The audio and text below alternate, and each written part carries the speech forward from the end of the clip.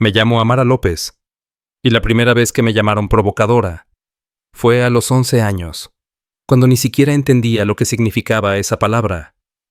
A los 17, me suspendieron del instituto por vestirme indecentemente, el mismo día en que iba a recibir un premio por excelencia académica. No lloré, ni siquiera hablé. Me limité a observar cómo 3 adultos firmaban mi sanción con las mismas manos con las que horas antes me felicitaban por ser un ejemplo de integración. Y todo porque llevé una blusa entallada y una falda hasta las rodillas. En los pasillos se hablaba de mí como si fuera un escándalo, una advertencia, una amenaza silenciosa. Algunas chicas me miraban con compasión, otras con desdén. Los profesores evitaban cruzar sus ojos conmigo. Y en el comedor, el murmullo era constante. ¿Viste lo que llevaba puesta?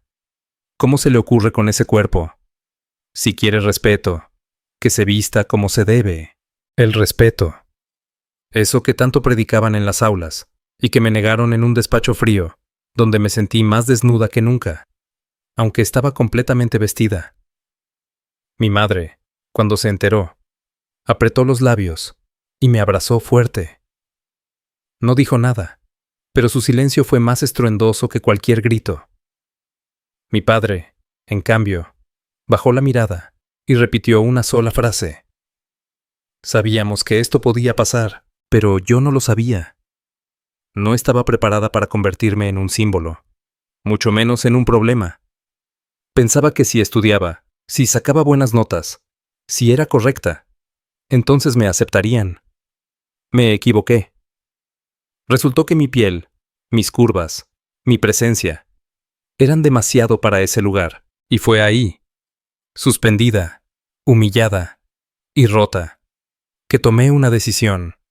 Si me iban a convertir en un escándalo, yo elegiría el tipo de escándalo que quería ser, porque no nací para bajar la mirada.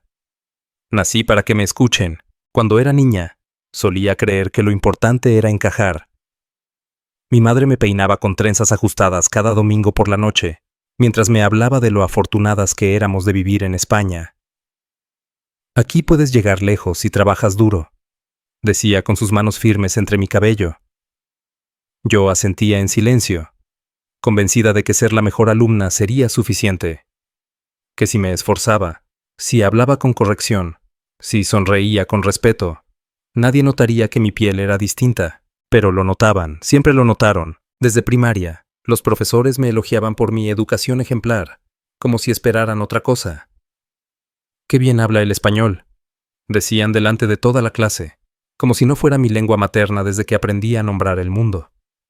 Me daban premios, sí, pero siempre acompañados de un matiz condescendiente. Para ser hija de inmigrantes, lo haces muy bien. Como si no fuera suficiente con solo ser. En secundaria, empecé a comprender que mi cuerpo también hablaba, que cada curva era leída con una intensidad que mis compañeras no sufrían. Yo no tenía más pecho, ni más cadera, pero en mí parecía más visible, más problemático. Una profesora llegó a recomendarme usar chaquetas largas para evitar incomodidades. Cuando le pregunté a qué se refería, bajó la voz y dijo: «¿Sabes cómo son los chicos?». Como si mi existencia fuera una provocación inevitable. Fue en el instituto donde la tensión se volvió insoportable. Elegí el bachillerato de Ciencias Sociales, en un centro exigente de Sevilla, gracias a una beca por mérito académico. Allí el nivel era altísimo, y yo me destacaba. Participaba en debates, encabezaba trabajos de grupo, recibía constantes felicitaciones.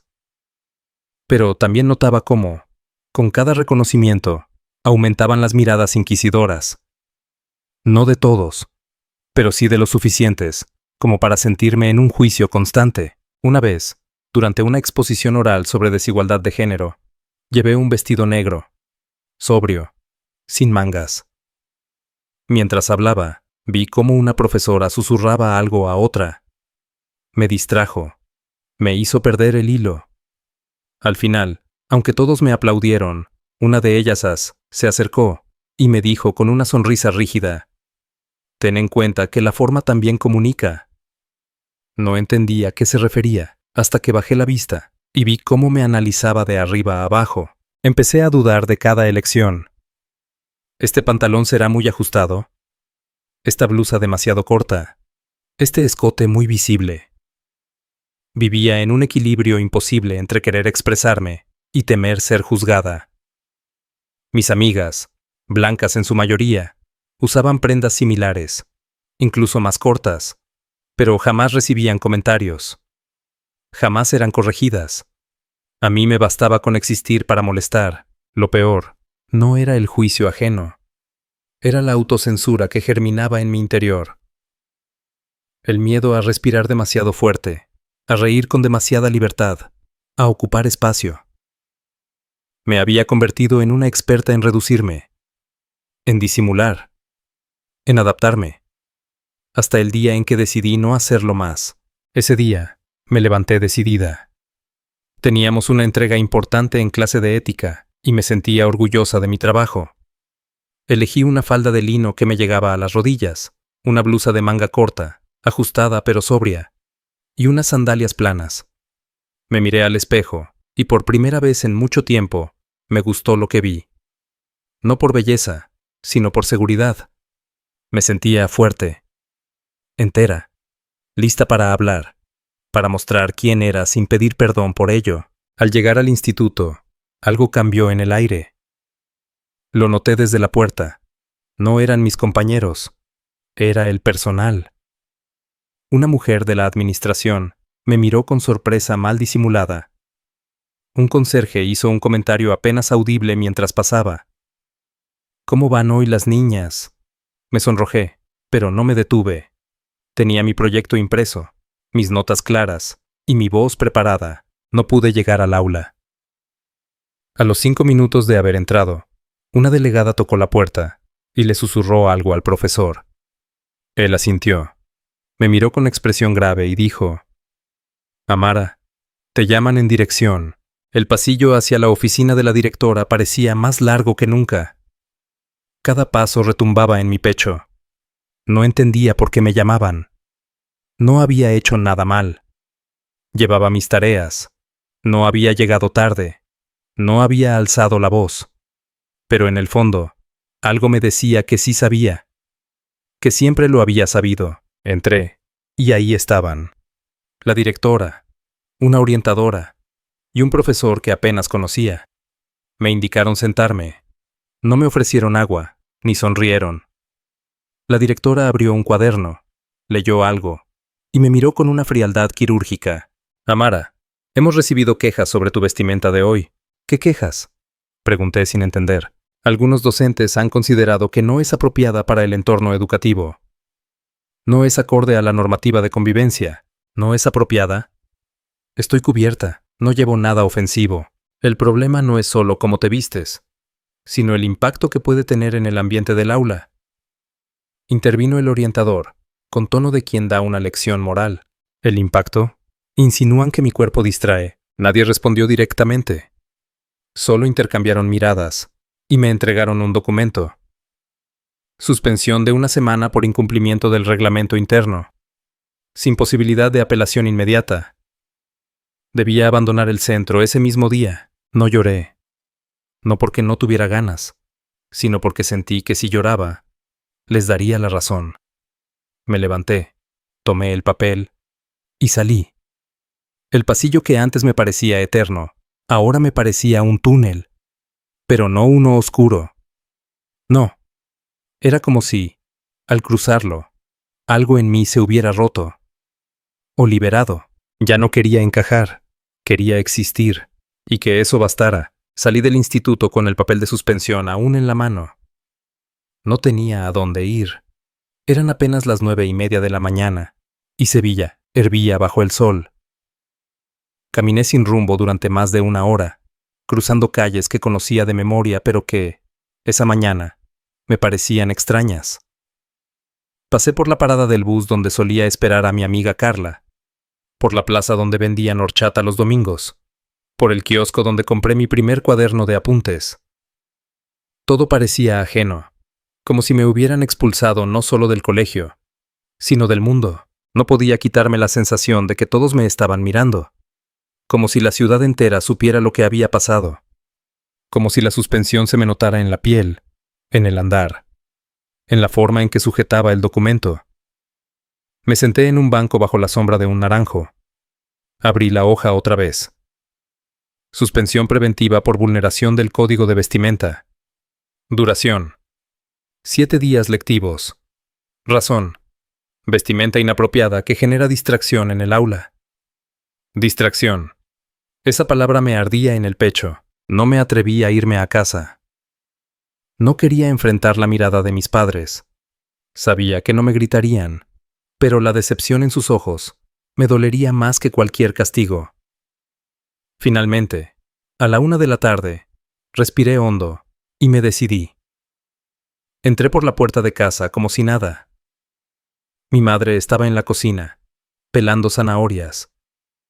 Me miró y notó al instante que algo iba mal. ¿Qué ha pasado?, preguntó sin levantar la voz. Me suspendieron, dije, dejando el papel sobre la mesa. Se acercó. Leyó en silencio. Luego me miró. No había ira en sus ojos, sino un cansancio profundo. Como si aquella hoja confirmara algo que llevaba años temiendo. Yo sabía que pasaría. Susurró. No aquí, pero en algún momento. ¿Por qué? ¿Por qué lo sabías? Yo no he hecho nada malo. Grité, la voz quebrada, porque no basta con ser buena. No basta con estudiar. Porque ellos no te ven como una de ellos. Fue la primera vez que mi madre hablaba de eso con tanta claridad. Siempre había sido cauta, conciliadora, una mujer que creía en el esfuerzo y en el respeto. Pero en ese momento se rompió un muro. Desde que llegamos aquí, luchamos por darte oportunidades. Pero no podemos cambiar cómo te miran. Tu cuerpo, tu color, tu forma de andar. Todo es leído como un mensaje. Aunque tú no digas nada, quise rebatirla. Decirle que eso no podía ser. Que vivíamos en un país moderno, en una ciudad cosmopolita, en pleno siglo XXI. Pero no pude, porque yo misma lo había sentido cada día. En los pasillos, en los silencios, en las advertencias veladas. Los días siguientes fueron un vacío. Me sentía como suspendida también del tiempo. Mientras mis compañeros asistían a clase, yo pasaba las mañanas en mi habitación, leyendo sin concentración, escribiendo frases sueltas en mi cuaderno, mirando por la ventana. Cada notificación en el móvil me sobresaltaba. Pero nadie me escribió. Ningún profesor, ningún alumno. Silencio absoluto. Una tarde, al tercer día de suspensión, decidí entrar al grupo de WhatsApp de la clase. Había más de 100 mensajes. Al principio pensé que se trataba de algo ajeno, pero pronto vi mi nombre. Y ahí estaban. Los comentarios, los chismes, las bromas disfrazadas de preocupación. Dicen que fue por cómo se vistió, ¿no? Yo la vi ese día. Llevaba un escotazo. Vaya tela. Tampoco es para tanto. Pero claro, ya sabemos cómo es. No me extraña que la suspendieran. Siempre ha querido llamar la atención. Leí uno por uno. Algunos intentaban defenderme, pero eran minoría. La mayoría simplemente se entregaba al morbo, a la especulación, a la comidilla. Nadie me escribió en privado. Nadie me preguntó cómo estaba. Me convertí en una historia ajena contada en tercera persona. Apagué el móvil. Cerré los ojos. Lloré en silencio, no por la suspensión, sino por la certeza de que estaba sola. Esa misma noche, mi padre me llamó a su despacho. Un cuartito estrecho lleno de papeles, carpetas y libros de leyes. Él era técnico jurídico en una ONG de inmigración. Me ofreció asiento. Abrió un archivador. Sacó una carpeta. He leído el reglamento del centro. Dijo sin mirarme. No hay ningún punto que indique claramente lo que llevabas está prohibido. Usan frases vagas. Vestimenta adecuada al entorno. Ropa que no interfiera con la convivencia. Es deliberadamente ambigua. Entonces, ¿puedo apelar? En teoría. Sí. Pero ¿sabes cómo funciona esto? Será su palabra contra la tuya. Y ellos tienen poder. Entonces, ¿qué hago? ¿Me quedo callada? No, pero actúa con inteligencia. No dejes que te definan. Esas palabras quedaron grabadas en mí. Actúa con inteligencia. No dejes que te definan. Al día siguiente, me senté frente al ordenador. Abrí un documento nuevo y empecé a escribir. Al principio solo era un desahogo, pero poco a poco se transformó en una carta, una denuncia, un testimonio, sin nombres, sin insultos, pero con la verdad clara como el agua. Hablé del código de vestimenta, de cómo se aplica de forma distinta según quién seas, de cómo una misma prenda puede ser normal en una chica blanca y inapropiada en una chica negra. Releí el texto decenas de veces. Dudé en publicarlo. Temía que me atacaran más, que me dijeran exagerada, que dijeran que jugaba a la carta de la víctima. Pero algo en mí se había encendido. Una rabia serena, una lucidez dolorosa. Así que lo subí. A un blog anónimo. Sin fotos, sin nombre, solo palabras. Soy una alumna de un instituto de Sevilla.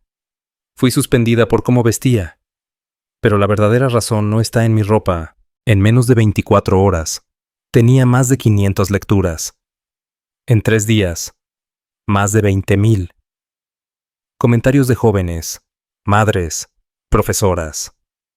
Algunos negativos, sí, pero la mayoría solidarios. Personas que compartían experiencias similares, que agradecían que alguien lo dijera. A la semana siguiente, cuando volví al instituto, ya no era la misma. Nadie me miró a los ojos, ni siquiera la directora. Me dieron la bienvenida con frases neutras. Esperamos que estés bien. Retomaremos las clases donde lo dejaste. Ninguna disculpa, ningún reconocimiento. Pero yo ya había entendido algo fundamental. Ellos podían suspender mi cuerpo, pero no mi voz. Y eso, lo supe entonces, era lo que más les molestaba. Volver al instituto fue como regresar a una escena del crimen. Los mismos pasillos, las mismas aulas, los mismos pupitres. Pero todo había cambiado. Yo había cambiado. Ya no era solo Amara, la alumna aplicada, la que siempre levantaba la mano en clase, la que ayudaba a organizar los debates y sacaba sobresalientes en filosofía. Ahora era la chica suspendida, la que apareció, sin querer, en todos los móviles del colegio. No entendía cómo había ocurrido. Alguien, no supe quién, había tomado una foto mía el día de la suspensión. La imagen me mostraba saliendo por la puerta principal del instituto, con la mochila colgada del hombro y el rostro inexpresivo. La habían captado desde atrás, pero con suficiente claridad como para que se me reconociera. Y esa imagen, en apenas 2 días, se había convertido en la portada de un artículo en una web local. Polémica en Instituto Sevillano. Alumna sancionada por vestimenta inapropiada. Nadie mencionaba mi nombre, pero no hacía falta. Todos sabían. En la redacción del artículo usaron frases como fuentes internas, código de convivencia, posible reincidencia. Todo en tono ambiguo, como si no quisieran atacar directamente, pero sí dejar sembrada la duda. El morbo, la sospecha. Y por supuesto, el artículo se compartió como pólvora en grupos de padres, en Facebook. Incluso llegó a un noticiero de la televisión autonómica. Recuerdo perfectamente esa noche. Estábamos cenando. Mis padres intentaban hacer como si nada, pero el silencio era más denso que la sopa. Mi madre revisaba compulsivamente su teléfono. Mi padre comía con los ojos fijos en el mantel. Y yo no sabía si gritar o reír. Cuando por fin mi madre soltó el móvil, dijo simplemente, «Estás en internet. ¿Cómo dices? Una foto tuya. En una noticia. Ya la han visto en el grupo de madres del colegio». Quise reaccionar, pero me quedé en blanco. Ni rabia, ni tristeza, ni miedo. Solo una especie de entumecimiento, como si el alma se me hubiera adormecido. Me levanté, subí a mi habitación, cerré la puerta y abrí el portátil.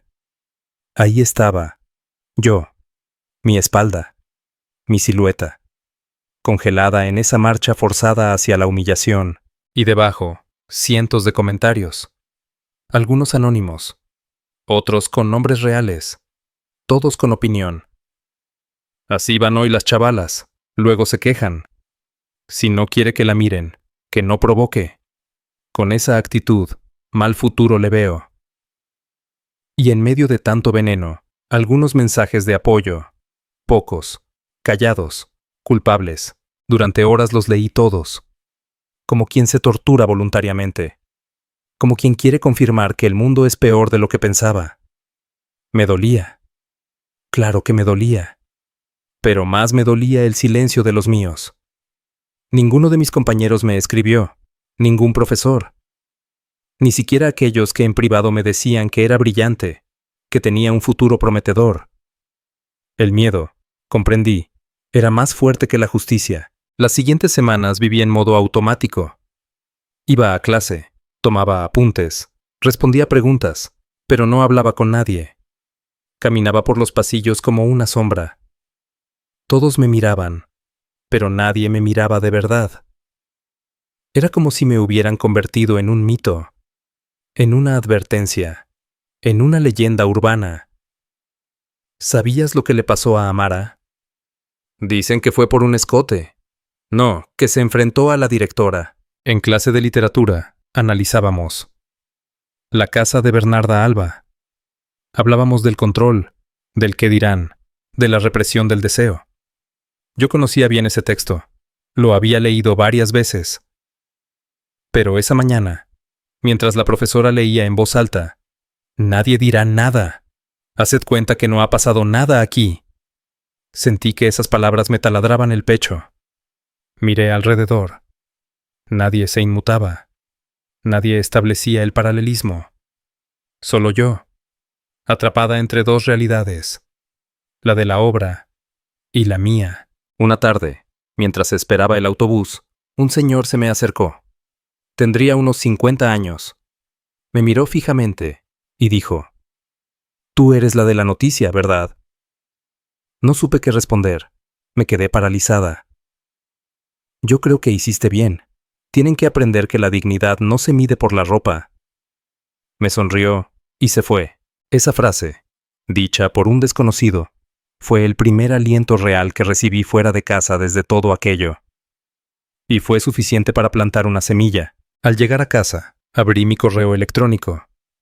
Tenía un mensaje con asunto: solicitud de entrevista anónima.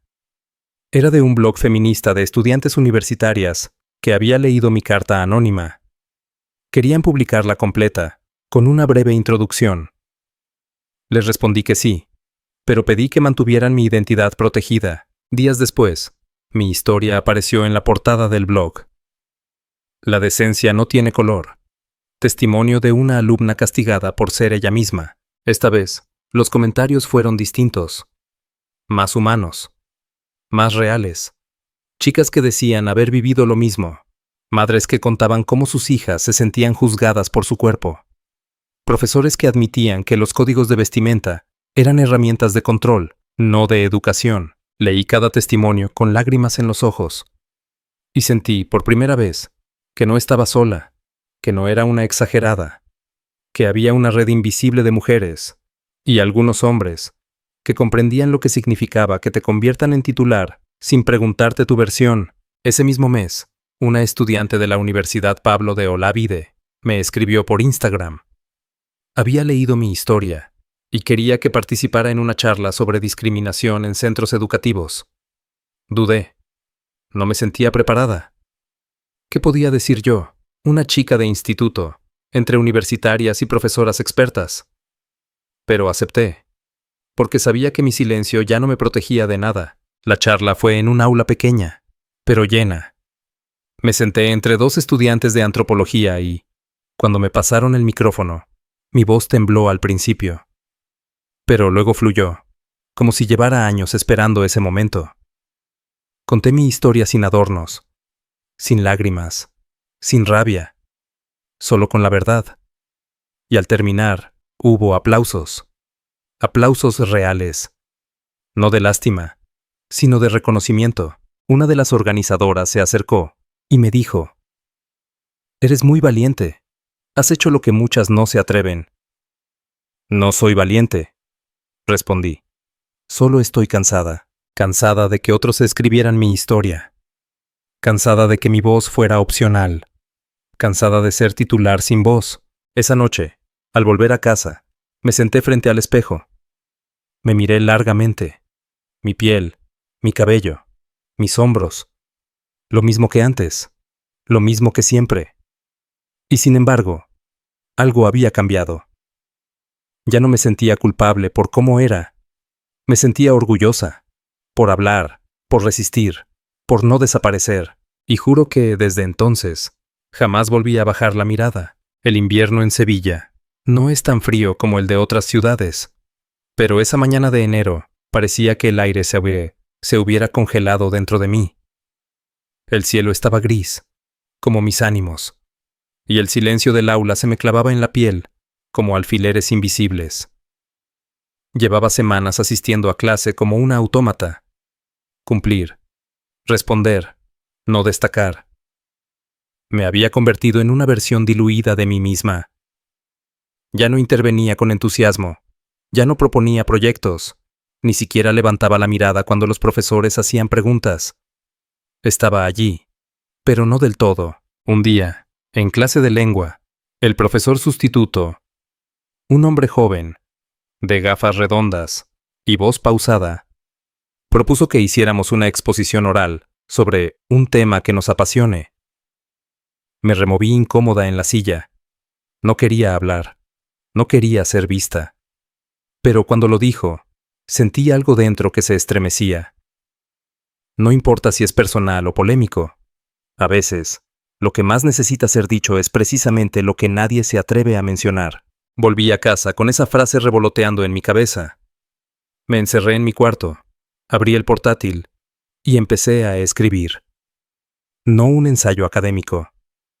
No una lista de datos, sino mi historia, sin filtros, sin miedo.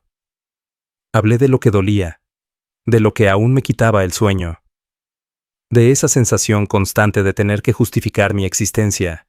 El día de la exposición, mis manos temblaban mientras caminaba hacia el frente del aula. Sentía los ojos clavados en mí como si cargaran cuchillas. Pero en cuanto empecé a hablar, todo cambió. Mi voz se convirtió en un río que ya no podía detener.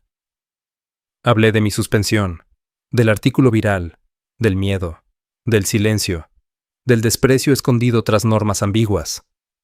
No di nombres. No acusé directamente. Pero cada palabra era un golpe en la mesa. Cuando terminé, nadie aplaudió. Nadie se movió. Solo hubo silencio. Un silencio denso. Vivo. Cargado de algo que no supe definir en ese momento. El profesor asintió despacio y dijo: «Gracias, Amara. Esto era necesario». Y al regresar a mi sitio, por primera vez en meses, sentí que caminaba erguida. No con orgullo, sino con verdad. Ese mismo día, al salir del instituto, me interceptó una chica de primero. Nunca había hablado conmigo antes. Me miró tímidamente y dijo: «Gracias por lo que dijiste. Yo también he sentido que me miran raro por cómo me visto. Pero nunca me atreví a decirlo». Asentí, sin saber muy bien qué responder. Pero sus palabras fueron como una chispa. Porque no era la única. Porque había otras. Muchas. Invisibles. Calladas.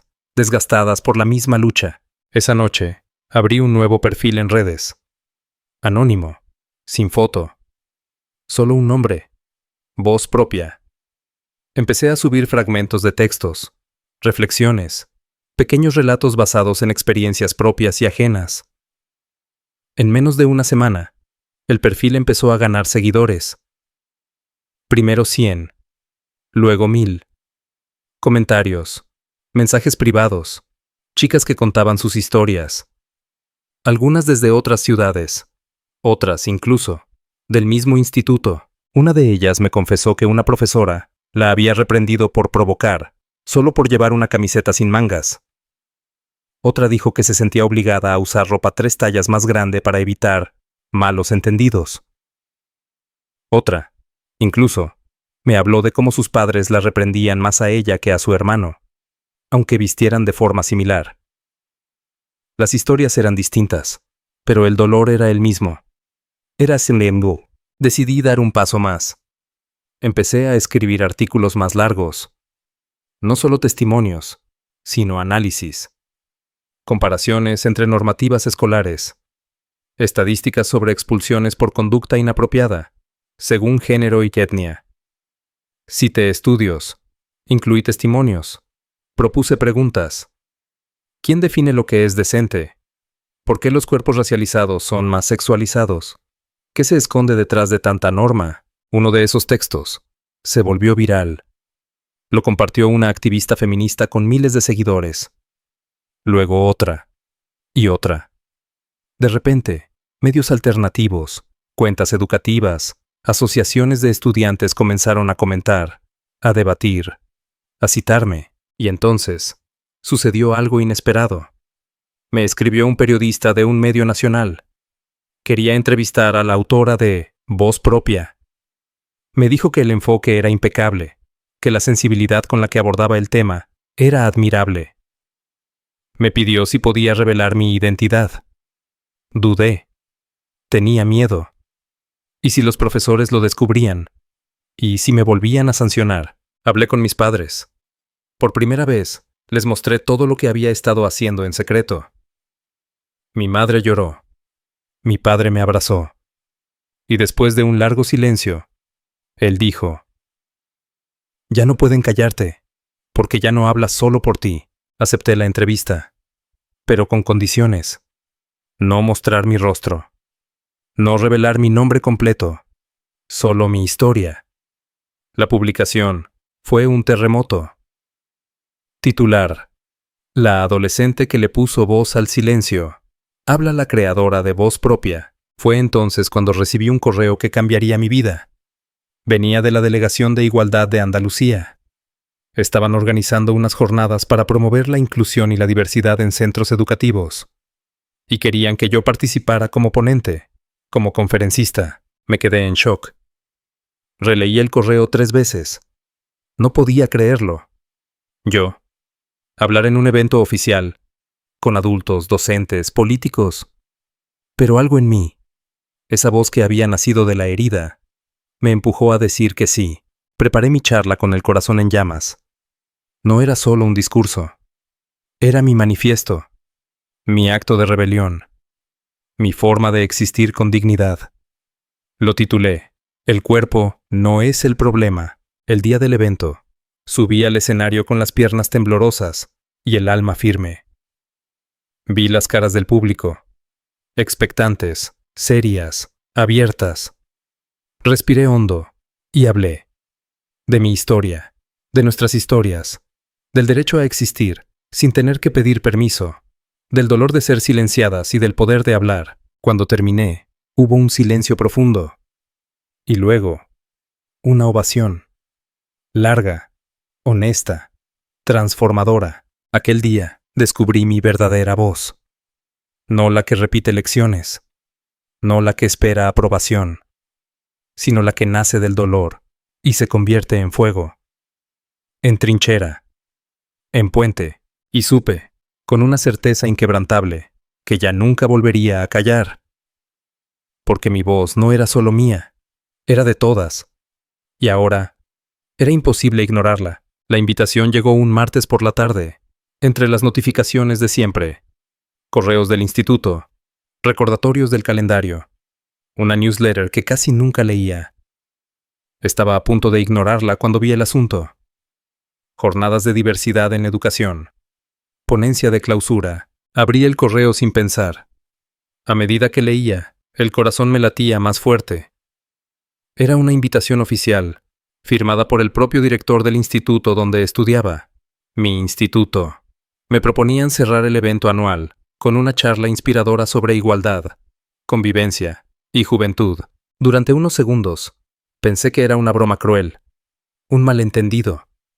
Querían que volviera al mismo auditorio donde, un año atrás, Me habían señalado, callado, castigado. Volví a leer. No era un error. Querían que hablara, que me pusiera frente a alumnos, padres, profesores, representantes del ayuntamiento, y compartiera mi historia. Me quedé mirando la pantalla como si fuera un espejo. La misma institución que me suspendió por perturbar la normalidad del aula. Ahora me ofrecía un escenario. La misma dirección que se negó a escucharme ahora me entregaba un micrófono. Había algo de ironía, pero también algo profundamente simbólico. No respondí de inmediato. Cerré el portátil, me puse los auriculares y salí a caminar. Necesitaba aire, claridad. Crucé el parque donde solía estudiar antes de los exámenes finales. Pasé frente al escaparate donde una vez me probé un vestido con mi madre. Llegué hasta el puente, donde solía sentarme a pensar cuando la ciudad me resultaba demasiado hostil. Durante esa caminata, todos los recuerdos volvieron. El momento exacto en que la directora me entregó la carta de suspensión. Las miradas en el pasillo, el artículo viral, los comentarios llenos de veneno. Pero también el día de la charla en la universidad. El perfil, voz propia. Las chicas que me escribieron contando sus vivencias. La ovación después de mi ponencia. El eco de mi propia voz, resonando en un aula llena de esperanza. Volví a casa con una decisión tomada. Esa charla no sería una reconciliación. No sería un perdón. Sería justicia. Sería memoria. Respondí al correo con una línea simple y firme. Acepto la invitación. Estaré allí. Los días siguientes fueron un torbellino. Me enviaron el programa del evento. Yo cerraría la jornada, justo después de una mesa redonda con inspectores educativos y directores de distintos centros. Me ofrecieron transporte, alojamiento si lo necesitaba, aunque vivía a solo 20 minutos del lugar. Y me preguntaron si requería algún material técnico para la presentación. Les pedí una sola cosa, que no pusieran mi nombre completo en la promoción. Solo quería aparecer como Amara L. No por miedo, sino porque no quería que mi nombre fuera el centro. Quería que lo fuera el mensaje. Preparé mi charla durante noches enteras. No podía limitarme a contar lo mismo de siempre. Tenía que construir algo que hiciera temblar conciencias. Algo que no les permitiera seguir fingiendo que no sabían, que no veían. Empecé escribiendo los fragmentos más duros de mi historia. La humillación, la soledad, el silencio. Luego, fui intercalando los momentos de luz, las voces aliadas, los aprendizajes, las conquistas. Y finalmente, tejí una idea que lo atravesaba todo. El problema nunca fue mi ropa. El problema era lo que mi existencia revelaba sobre ellos. A medida que estructuraba el discurso, sentía que algo se asentaba dentro de mí. Como si estuviera armando un mapa de todas las veces que me obligaron a callar. Y ahora, por fin, tenía la brújula en la mano. El día de la charla amaneció con nubes bajas y aire tibio. Me vestí con la misma blusa que llevé aquel día en que me suspendieron. No por provocación, sino por memoria. Esa blusa no tenía nada de escandalosa. Era blanca, de lino, con cuello cerrado y mangas justas. La había comprado con mis ahorros de verano, y la habían convertido en símbolo de una ofensa. Hoy, la convertía en estandarte. Mi madre me abrazó fuerte antes de salir. No dijo nada, pero su abrazo llevaba más orgullo que 1000 palabras. Mi padre me acompañó hasta la entrada del instituto. Me miró con una sonrisa contenida y me dijo: «Hoy entras por la puerta grande. Que no se te olvide». Cuando llegué, todo estaba preparado. Un escenario sencillo, con sillas blancas, una mesa para los organizadores y una pantalla al fondo. Reconocí a varios profesores, a algunos alumnos más jóvenes. También estaban las cámaras de un canal local. Me sentaron en primera fila. Me ofrecieron agua, un cuaderno, un bolígrafo. Todo impecable, todo demasiado correcto. Durante las horas previas, hablaron varios especialistas. Presentaron estadísticas sobre abandono escolar. Se leyeron protocolos de igualdad. Algunos testimonios breves de docentes que habían impulsado cambios en sus centros. Todo interesante, todo políticamente correcto. Y entonces me llamaron. Subí al escenario con pasos firmes. Miré al público. Casi 200 personas. Algunas caras conocidas, otras nuevas. Respiré hondo. Ajusté el micrófono y comencé. Buenas tardes. Me llamo Amara. Y hace un año, este mismo instituto me suspendió por cómo iba vestida. Hubo un murmullo. Un gesto de incomodidad. Algunos agacharon la mirada. Otros cruzaron los brazos. Yo seguí. Ese día llevaba esta misma blusa. Me dijeron que causaba distracción, que era inapropiada. No por el color, ni por el tejido, sino por mi cuerpo. Porque hay cuerpos que, simplemente por existir, incomodan, y entonces les conté todo. Sin adornos, sin concesiones.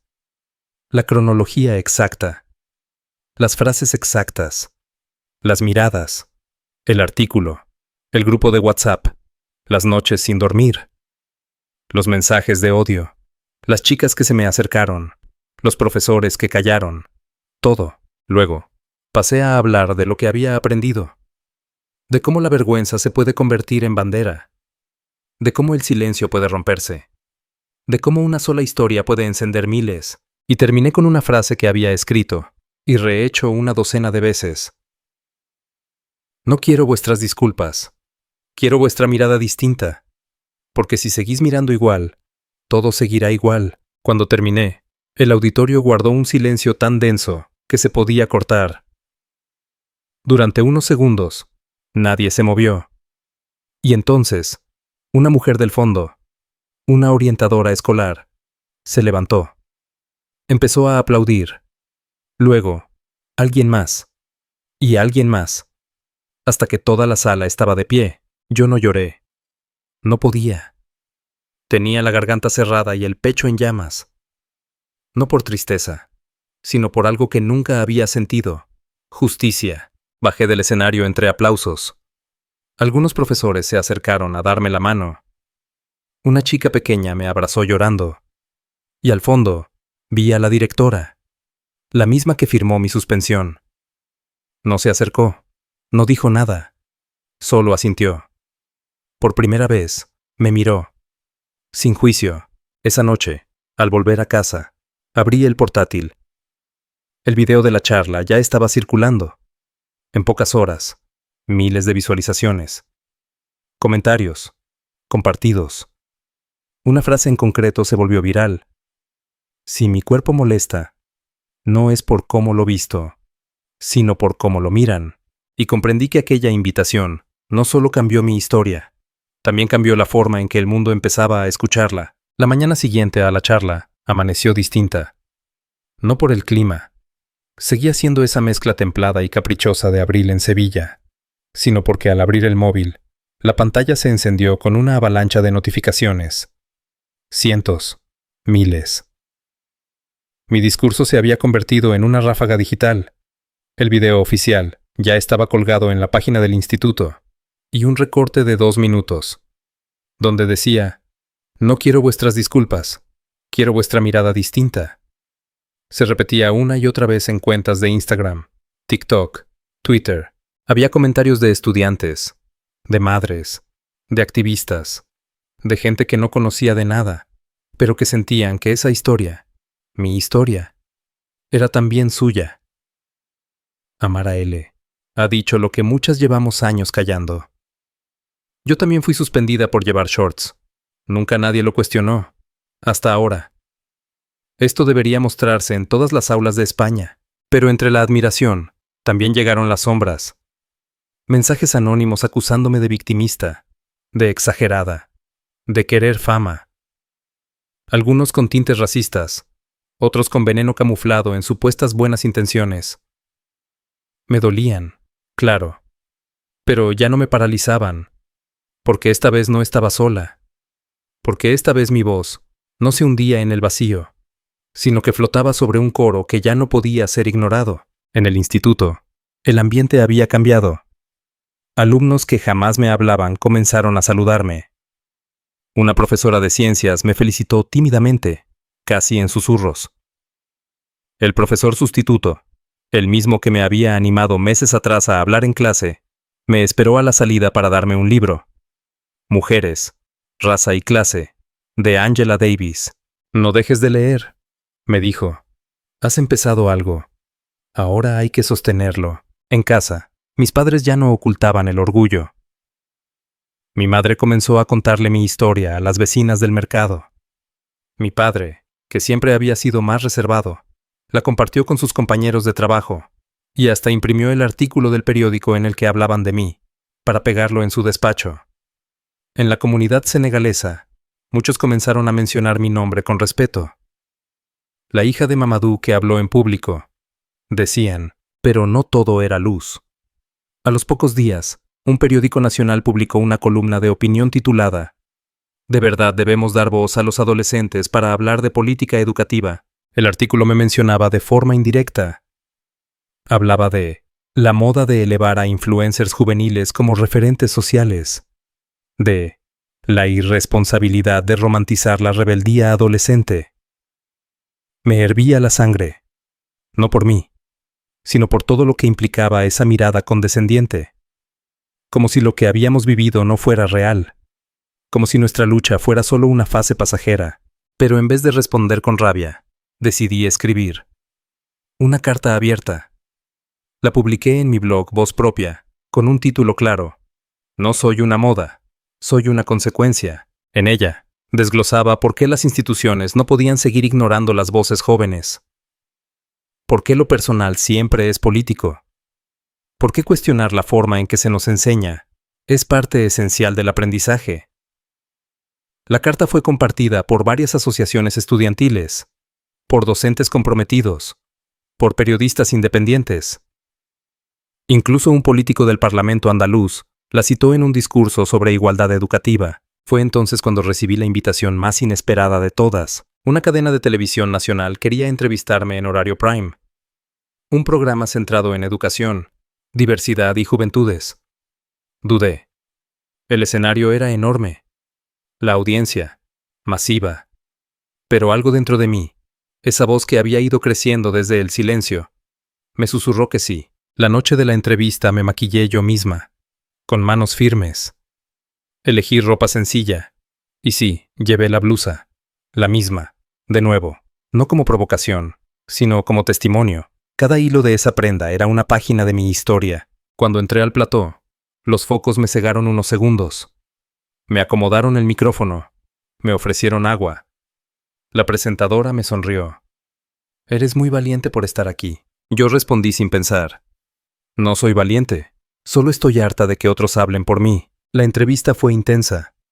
Hablaron de la suspensión, del discurso, del acoso digital, de mi activismo, pero también de mis sueños. Conté que quería estudiar sociología o antropología, que quería trabajar para cambiar el sistema desde adentro, que creía en la educación como motor de cambio. Cuando terminó el programa, recibí cientos de mensajes, entre ellos, uno que me dejó sin aliento. Soy madre de una niña de 12 años. Hoy, gracias a ti, hablamos de cuerpos, libertad y respeto. Gracias por abrir esa puerta. Y supe que lo estaba logrando. Días después, el instituto me llamó de nuevo. Esta vez, no para sancionarme, sino para ofrecerme un espacio permanente en su consejo de convivencia escolar. Querían que representara a los estudiantes en la redacción de un nuevo protocolo de igualdad. No supe si reír o llorar. Acepté. No porque confiara del todo en el sistema, sino porque sabía que desde adentro, mi voz pesaba más. Durante semanas trabajamos codo a codo con profesores, orientadores, madres, incluso antiguos detractores. Propuse cláusulas claras, no ambiguas. Planteé formaciones obligatorias en perspectiva de género y racialización para el personal docente. Sugerí incluir espacios de escucha activa entre alumnado y directiva. No fue fácil, hubo resistencia, pero el cambio comenzó. Y entonces, una tarde, al final de una sesión, la directora, la misma, se acercó. Me miró sin soberbia, sin frialdad, solo con una especie de cansancio honesto. No supe verte, Amara, lo lamento, no respondí. No porque no tuviera que decir, sino porque a veces el silencio también es una respuesta. Uno que pesa, uno que devuelve la dignidad. En el camino de regreso a casa, el cielo se abría en tonos dorados. El sol, como una promesa, iluminaba las aceras mojadas por una lluvia reciente. Y mientras caminaba, entendí algo profundo. No había ganado una guerra. Había comenzado una transformación, y lo más importante no era haberlo hecho con la misma ropa, sino con otra voz. Una que no se doblega, una que ya no pide permiso, una que nunca más será silenciada. Me llamo Amara. Y durante años creí que para ser aceptada tenía que ser pequeña, discreta, callada. Creí que si sacaba buenas notas, si no levantaba la voz, si seguía las reglas, me ganarían un lugar. Pero ese lugar no existía. Era una promesa vacía, una puerta cerrada con un cartel que decía: bienvenida, pero no demasiado. Cuando me suspendieron por cómo vestía, lo que realmente hicieron fue desnudar la hipocresía del sistema. No era mi blusa, no era mi falda, era mi cuerpo, mi presencia, mi voz. Era el hecho de que una chica negra, hija de inmigrantes, levantara la cabeza y caminara sin miedo. Eso era lo imperdonable. Me quitaron la voz. O eso creyeron. Me empujaron al silencio. Me querían dócil, apagada, encorvada. Me ofrecieron vergüenza, pero elegí memoria. Me entregaron una sanción, y yo la transformé en bandera. Porque entendí que, cuando hablas desde la herida, también estás construyendo un puente para otras. Desde aquella sanción absurda, desde esa foto viral y esa entrevista en prime time, mi vida no volvió a ser la misma. Pero más importante aún, la vida de muchas otras también empezó a cambiar. Recibí mensajes de adolescentes que se atrevieron a denunciar el acoso que sufrían por parte de sus profesores. De chicas que volvieron a usar la ropa que les gustaba sin miedo. De madres que hablaron por primera vez con sus hijas sobre el respeto a sus cuerpos.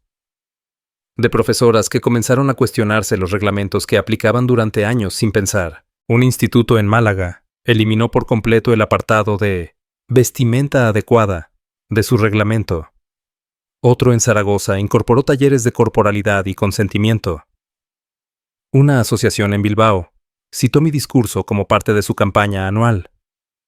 Y yo, una estudiante de bachillerato, que hace apenas un año lloraba en silencio en una habitación cerrada, ahora estaba sembrando palabras que germinaban en lugares donde jamás imaginé. Empezaron a invitarme a centros educativos de todo el país. Al principio, fui a pocos.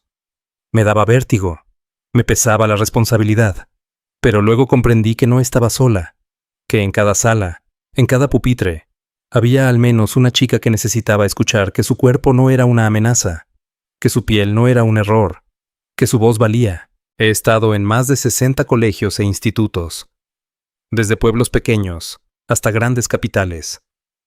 A veces me recibe una coordinadora nerviosa, a veces una madre, a veces un grupo entero de chicas con los ojos llenos de hambre por justicia. Cada vez que termino mi charla y alguien se me acerca llorando para decirme gracias por ponerle palabras a lo que nunca pude explicar, entiendo que esto es más grande que yo. Una vez, en un centro de Murcia, una alumna de 14 años se me acercó con una carta escrita a mano. Tenía una letra apretada, nerviosa. En ella, contaba cómo desde niña había sentido que su cuerpo era motivo de vergüenza, que evitaba las clases de gimnasia, que siempre llevaba sudaderas gigantes, que se encorvaba para no llamar la atención. Pero hoy, escribía, entendí que mi cuerpo no tiene que esconderse, que puedo caminar erguida, que puedo existir sin disculpas. La abracé con fuerza. No dije nada. Solo la apreté contra mí, como si así pudiera protegerla de todo lo que yo ya había atravesado, y entendí que esa era mi misión. No como mártir, no como heroína, sino como testigo. Como alguien que atravesó el fuego y decidió no callar el humo que le dejó en los pulmones. Con el tiempo, fundé una pequeña plataforma digital, Altavoz, un espacio para que jóvenes de todo el país contaran sus historias sin miedo, historias de discriminación, pero también de resistencia, creadoras, migrantes, neurodivergentes, racializadas, trans, gordas, invisibles. Historias reales, sin filtros, sin ediciones, solo verdad. Altavoz creció rápido. Se convirtió en comunidad, en espacio seguro, en altavoz literal. Pronto sumamos colaboradoras, voluntarias, docentes aliadas. Lanzamos campañas, hicimos talleres, visitamos centros donde antes nos cerraban la puerta. Organizamos el primer encuentro nacional de juventudes por la dignidad corporal, y allí, rodeada de más de 300 jóvenes que compartían miradas cómplices, supe que no era el final, que apenas era el principio. Hoy, sigo siendo estudiante.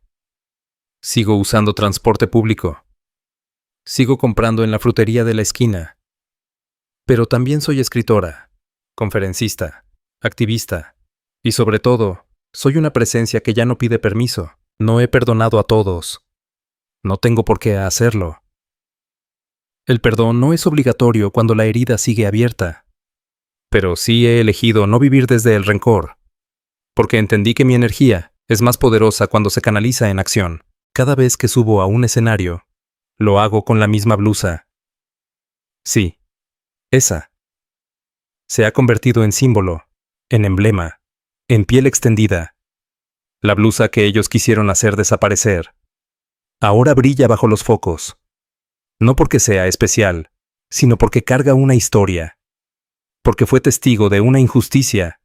Y ahora es bandera de dignidad. A veces me preguntan si me habría gustado que todo fuera distinto. Que nunca me suspendieran. Que nadie me fotografiara. Que pudiera haber vivido mi adolescencia como una más. La verdad es que sí. A veces sí. Pero también sé que si eso no hubiera ocurrido, quizás nunca habría descubierto la fuerza de mi voz. Quizás nunca habría encontrado a todas esas otras voces que ahora caminan conmigo. Que escriben, que cantan, que protestan, que enseñan, porque esto no va solo de mí, va de todas las veces que una chica se sintió pequeña por ocupar espacio. De cada adolescente que pensó que su cuerpo era un problema. De cada estudiante que fue sancionado por no encajar. Va de construir un mundo donde no tengamos que ser valientes para existir. Donde vestirnos, hablar, caminar, amar, no sea un acto de desafío, sino de libertad. Por eso, si estás leyendo esto, si alguna vez te sentiste como yo, escucha con atención. Tu cuerpo no es indecente. Tu voz no es peligrosa. Tu existencia no es un error. Y si el mundo insiste en hacerte callar, haz como yo. Respira hondo, levanta la cabeza y habla, porque el silencio solo protege a quienes siempre tuvieron voz. Yo soy Amara. Y no me callaré jamás. ¿Te conmovió esta historia? Comparte tu experiencia en los comentarios. Dale me gusta si alguna vez te sentiste juzgada por cómo eras. Y suscríbete para escuchar más voces que, como la mía, se negaron a desaparecer. Porque tu historia también merece ser contada. Y juntas, hacemos ruido.